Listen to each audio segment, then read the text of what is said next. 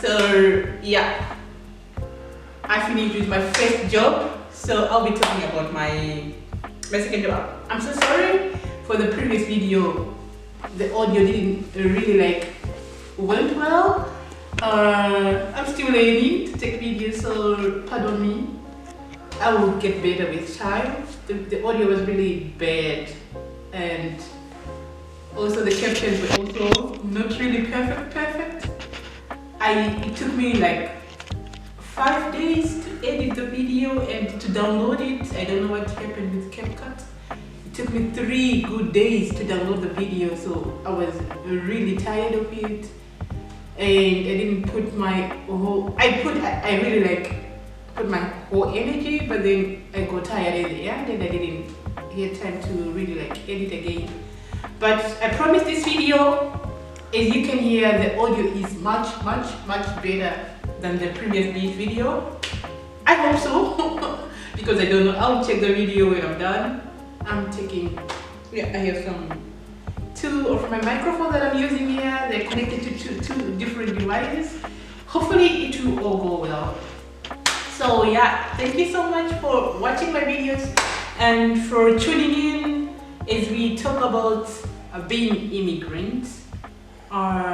Yeah, as you know from my previous video, I'm in Belgium. I'm living in Belgium for 5 years, and it's kind of difficult to fit in and to get a job, and because of the language differences, they don't speak really English here. They speak English, most of the people speak English, but then they formally in a workplace they want you to speak Dutch. Yeah, that is the Flemish region, and in the French speaking part they expect you to speak French. So I had to learn Dutch from beginning, and it's quite, a lot of work to understand everything. Of course, now I get to understand most of the stuff, but then it's not 100%. I'm just here for 5 years, so yeah, you wouldn't expect me to speak fluently, but I understand most of the stuff. I understand 80%, I would say. I understand Dutch, but then there's 20% that I have to still figure out what people will be talking about, and it affects sometimes my performance, but not really 100%. There will be a difference with someone who speaks Flemish so fluent. So yeah, I think that part of the thing that I get to face in workplaces. But then my previous job, it was really 100% English, because it was an international company, so we're not talking about language here. It was really something else, racism, purely racism. But then yeah, it wasn't language barriers, because everyone spoke English. Okay, I was done with my second job. So after I got my first job, after I stopped with my first job, I started working in a factory for a month. They were making cookies, and I worked there for a month. Well, it was in shifts, and I had time to go for interviews, and I was really happy because I didn't want a job which is the whole day, because the time that I will have interviews is during the working hours, and if I would work a shift from 6 till 2 o'clock, I will have time from 2 o'clock till 4:30 to have interviews. So I got another job in a space of 1 month. I had a formal job. I was working as an analytical service manager in a lab, in a food testing lab. I was really happy I was really happy to have the job, and then I started the job. Day 1, I went to work. One of the colleagues didn't show up. She was sick, and this person was not directly to what I was supposed to do. She was doing something else. It's a food testing lab, so the people who collect samples, the people who come with samples, and the people who collect samples and put it in the system. And you have to be a barcode to know which sample it is from who, which client, so that the result doesn't get mixed up. So the person who was receiving samples, she got sick. That's what she said. She got sick. Through my idea, she didn't get sick. She was tired of it because it was chaotic there, really chaotic. I will get into it later. So she was busy having interviews, or at least she was sick. Yeah, she said she was sick. So 1 week I was replacing the person who got sick. I wasn't doing my tasks, so I had to replace her because her task was more important than there were enough people on the other side. So from her side, they needed someone who would replace really urgently because it couldn't function without enough people from the receiving side, because we received a lot of samples in a day, and if there was no one to do the work, then the whole company was down. So I went there. I was like, okay, I will replace the person who is not here, and it was for my advantage as well because I was on the other side. I was supposed to be on the other side we were supposed to receive the results from the lab, then I will send the result to the clients. So I was on the other side and the other person was on the other side. So for me it was like an advantage, like okay, I'm learning from the beginning. So it's kind of good.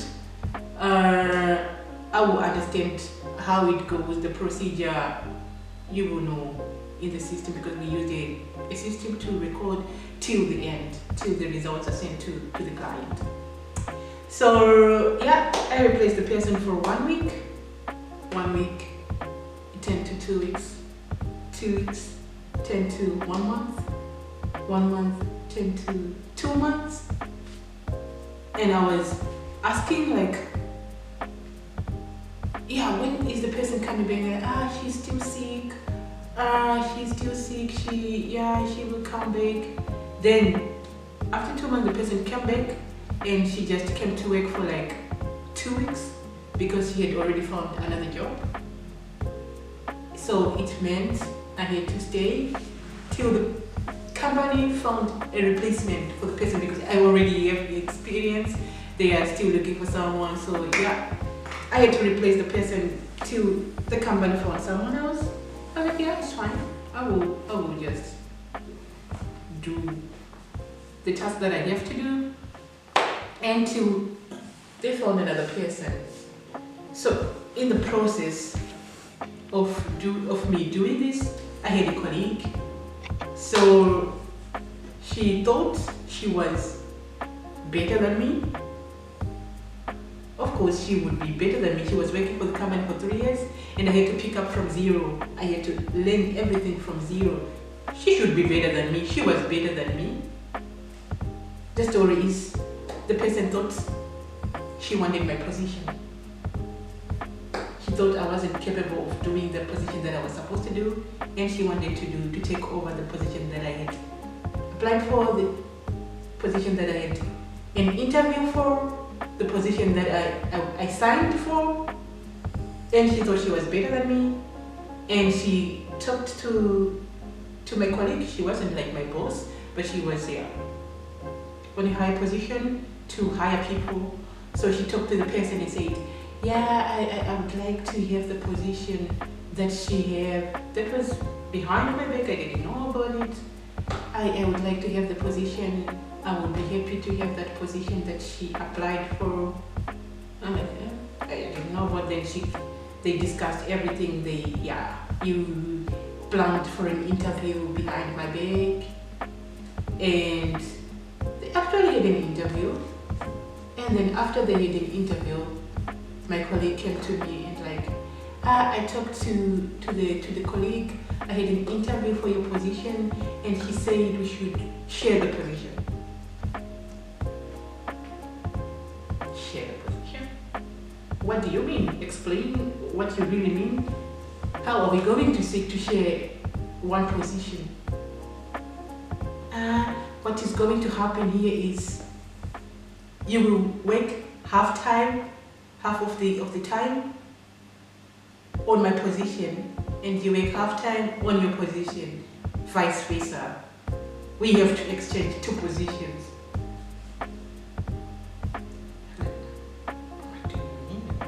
I've never heard of that. I have never heard of that. what do you mean?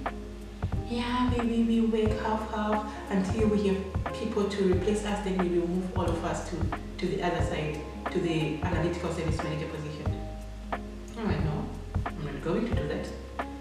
I'm not going to do that. I'm not going to sign for that. I signed for my position and I got this position. I did an interview for this position. I never did an interview for a position. So I'm not going to agree on those conditions because I applied for my job. I did what I did and I wanted this position. If I wanted your position, I would have applied for your position because there was always a factor and I never wanted to. I applied for this position. Okay, so I told you, yeah, point blank. I told you point blank, I'm not going to do that. I have never heard of that in my whole life, that people share the same position. I've never heard of that and I don't want to do that. And the other job that I was doing temporarily, it was something that I wouldn't really want to do because it was a lot of stress, a lot of samples coming and I have to, sometimes something goes wrong, I have to go back to the freezer. We are working in freezers like -15, -20 degrees. And for me, it was something that I didn't really like to do. And going there and taking all those samples, I am really someone, I don't work really like good with really cold conditions. If I get in a cold environment, my blood flow will instantly stop and I will have like really pain, really a lot of pain. There will be no blood, like white all over my hands. And I had to endure that because I just like, okay, I'm just covering for someone. But then it was temporarily, but then yeah, I said, okay, I'm not going to do this for my whole life. That is not going to happen.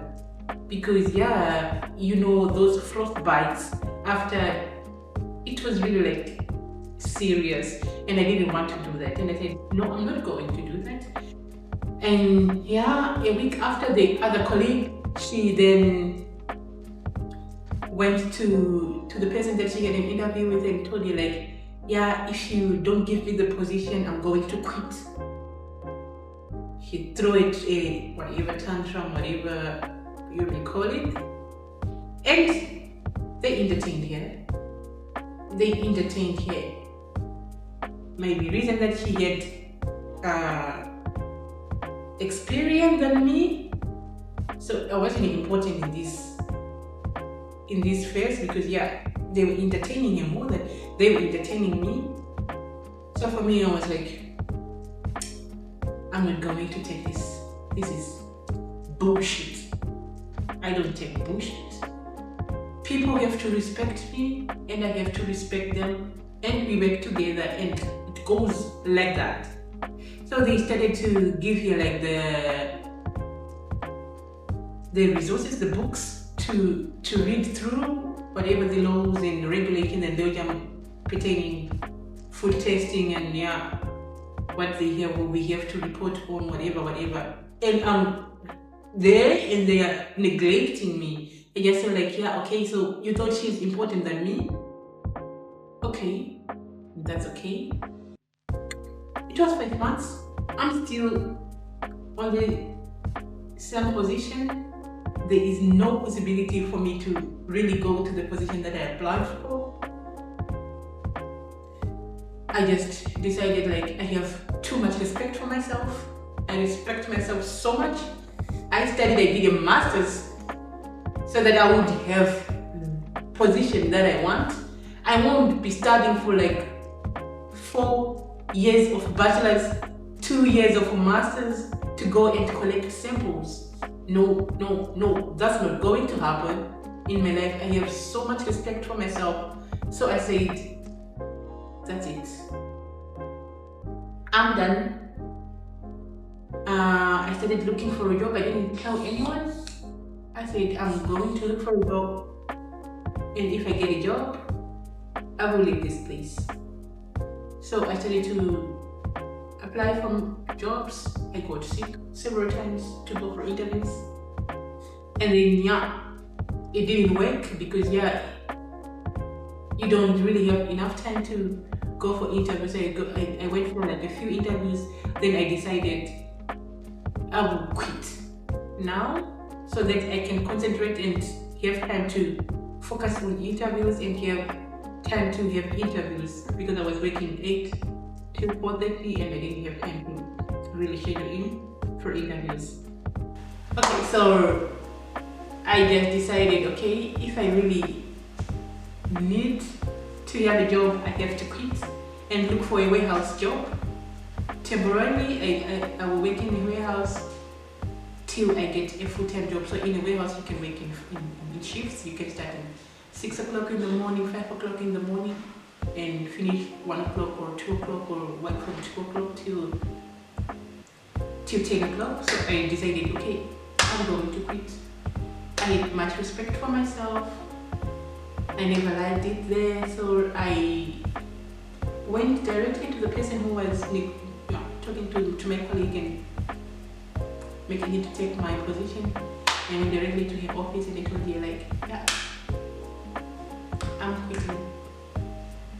I will work till next week Friday. It was on a Monday, and I said I will work 2 weeks so that you can look for another person who will replace me. And I told her, like, yeah. And she was like, did you find a job? I said, I was really like, truthful, I haven't found a job yet, but I will find one. I will definitely find a job. There are a lot of jobs in Belgium. You don't really have to struggle on the same position if you want to change. You can change, you can find a job in a month if it's a formal job. And if it's in a warehouse, it can happen in a day, 2 days. Long, it will be, 1 week. That will be too long to not find a job if you speak Dutch and you want to work. So I told her, like, yeah, I am quitting. I haven't found a job, but I will find one. I will have to stop working with you. It was nice working with you. Thank you for giving me a chance. I never really said anything bad. I said, thank you for giving me a chance, but then I don't like the job that I'm doing right now. That's not what I applied for. I will look for something that is better. I don't like the position. So to them it was like a boom. They never expected it. They never expected, because back then I didn't really speak fluent Dutch.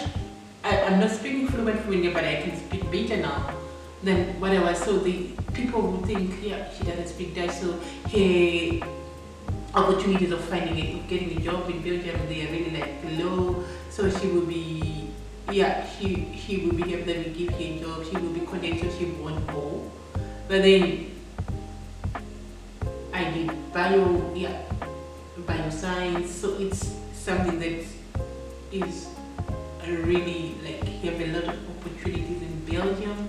If you want, you can get a job in an international company. Most of pharmaceuticals here, they are international. They are not really Belgian. They are from America, they are from UK, all over the world. So they are international. So you can actually get a job if you really want a job in bioscience. So I just said, yeah, I'm done. And she said, okay, it's fine. You can stop next week, Friday. That's okay. Well, it's fine. I went back to my place. I told my colleagues and the person who wanted my job that I'm stopping. Ah, wait, you're stopping?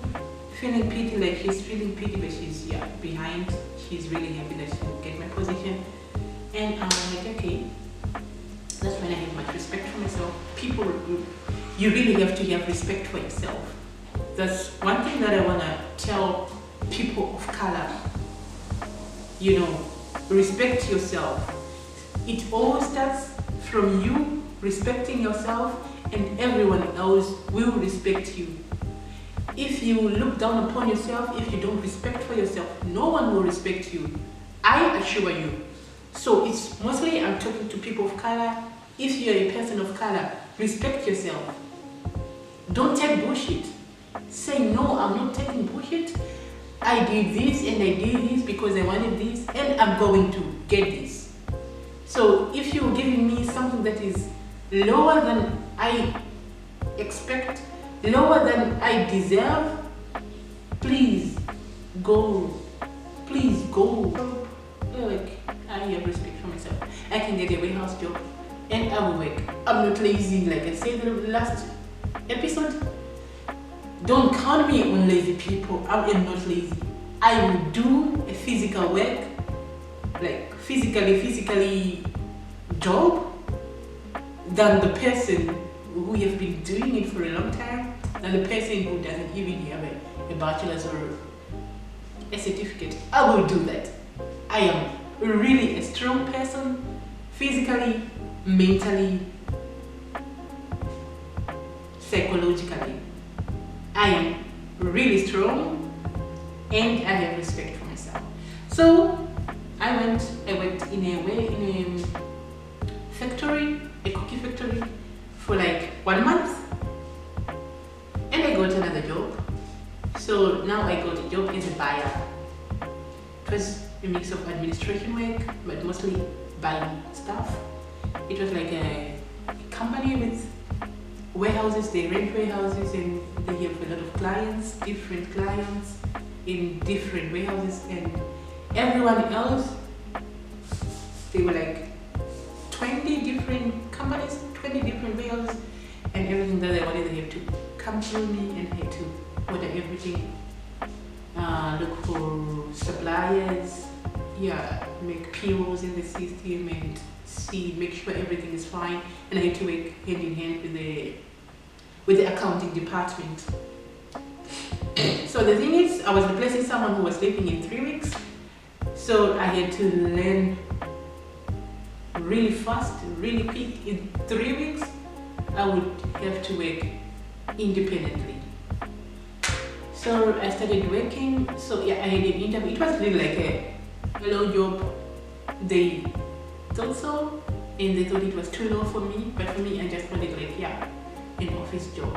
And I told them, when I had my interviews, okay, I'll start on lower positions that I learned the company and all that, and then within 2-3 years I want to grow. And people who I had interviews with, I have a master's. They knew there's no way I was going to stay on the same position for that long time, in an administration position for that long time. So they respected it. They were people who really they started to give me opportunities. So the first week that I went there, I was having courses, extra courses. They would give me courses that I should do that everyone else didn't do, who was doing the administration, is the person who I was replacing. So everything that we were communicating, it was going through to the person that I was replacing, and it had to come to me because the first days I didn't have an email. So everything was coming to her, and I was sitting with her next, so that I see whatever she was doing, so that I get to learn and all that. So every email was going to her, and then she saw there was someone who was planning for trainings, and she was giving me a list of training that I had to do, and it got to her like the first week. Trouble already is beginning. One thing I forgot one thing I forgot. Sorry. I'm going to cut this. I'm going just to finish the episode in my second job, and I'll talk about my third job. But you already heard that there was trouble. There's another third job and there's trouble already. So hang in, episode 3 is coming. So I'll finish up episode 2. So episode 2, I finished up when I was, I told my colleague, my boss, that I was leaving, and then he was like, okay, it's fine, you can stop next Friday if you want, because I was going on a holiday. So I said, I'm going to go on a holiday and I'm coming back. The plan was to, during this period of my holiday, I will look for a job, I will have interviews, and I will have a job. I was actually going to my country, going back to Zimbabwe. So they then had a meeting, I think, with the boss, and then they wanted to show people that they wanted to act like they fired me instead that I quitted. You know, what I mean? So what happened is I told her like, yeah, I'm quitting. I will look for another job. I am not happy here, so I will stop. She was like, okay, yeah, I know there were problems, blah blah blah. So yeah, it really didn't go well for you. If it's like that, it's fine. You can quit next week. I'm like, yeah, it's fine.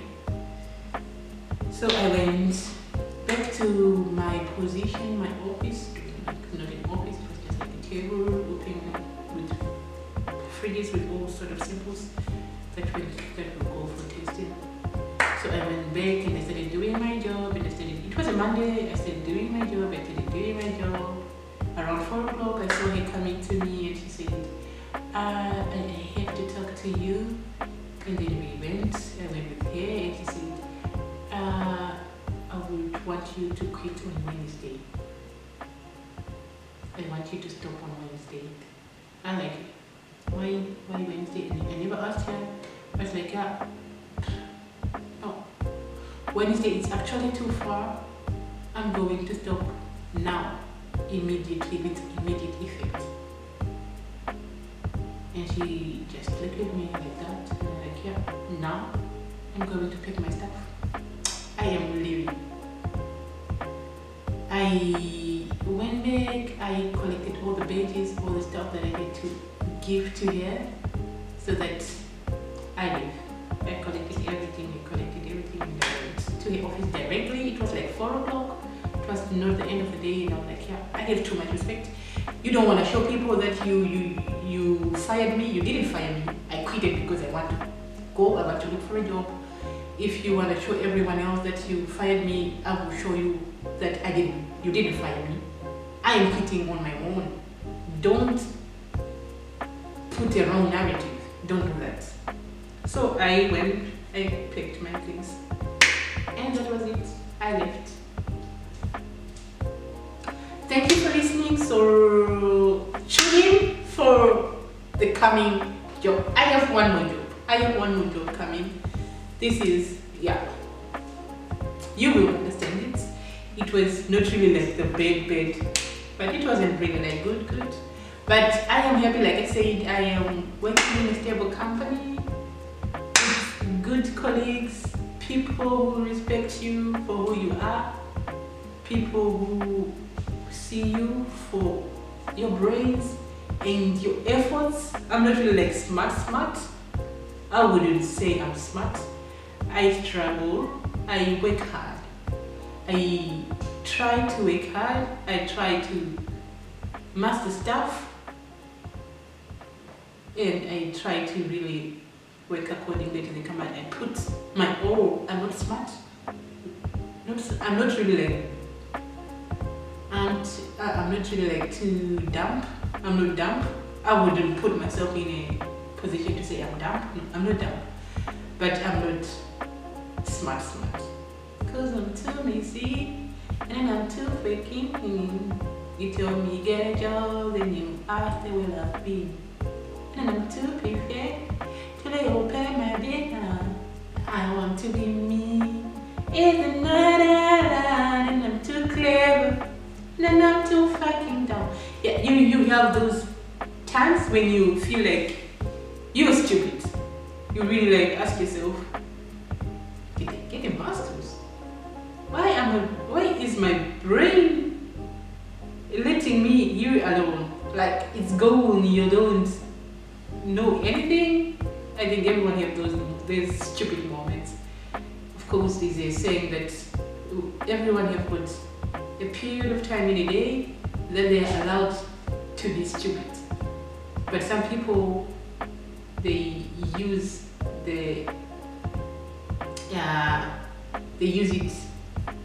quite a lot, extra than other people. So there are people who are like most of the time stupid and a quarter of the time clever. Cause I'm too clever, no, I'm too fucking dumb. I'm just too dumb. Whatever, I don't know. But yeah, we are allowed to be stupid sometimes, and we are allowed to be smart most of the times. I try to be smart. I try to use my brain sometimes. Sometimes, I think sometimes. I'm not really smart, but I try to use my brain sometimes. Okay, I'm not stupid. I'm not dumb. I'm not clever. I wouldn't say I'm smart. There are people who are smart, who you would tell one thing today, they know everything by the time you haven't even finished explaining to them. There are people like that, and I adore those people. I wish I was like that. I was smart actually when I was young. I was really smart, terribly smart. When I look back, I was like, oh, the career you were reading. Gee, what is it? Hello everyone. So thank you for tuning in this episode of Being Immigrant. Thank you so much for sparing time to watch my videos and to listen to me. I appreciate it. It's much appreciated. Enjoy the rest of your day, your night, whatever time you are into. Please see you in the next episode, and till next time, love you.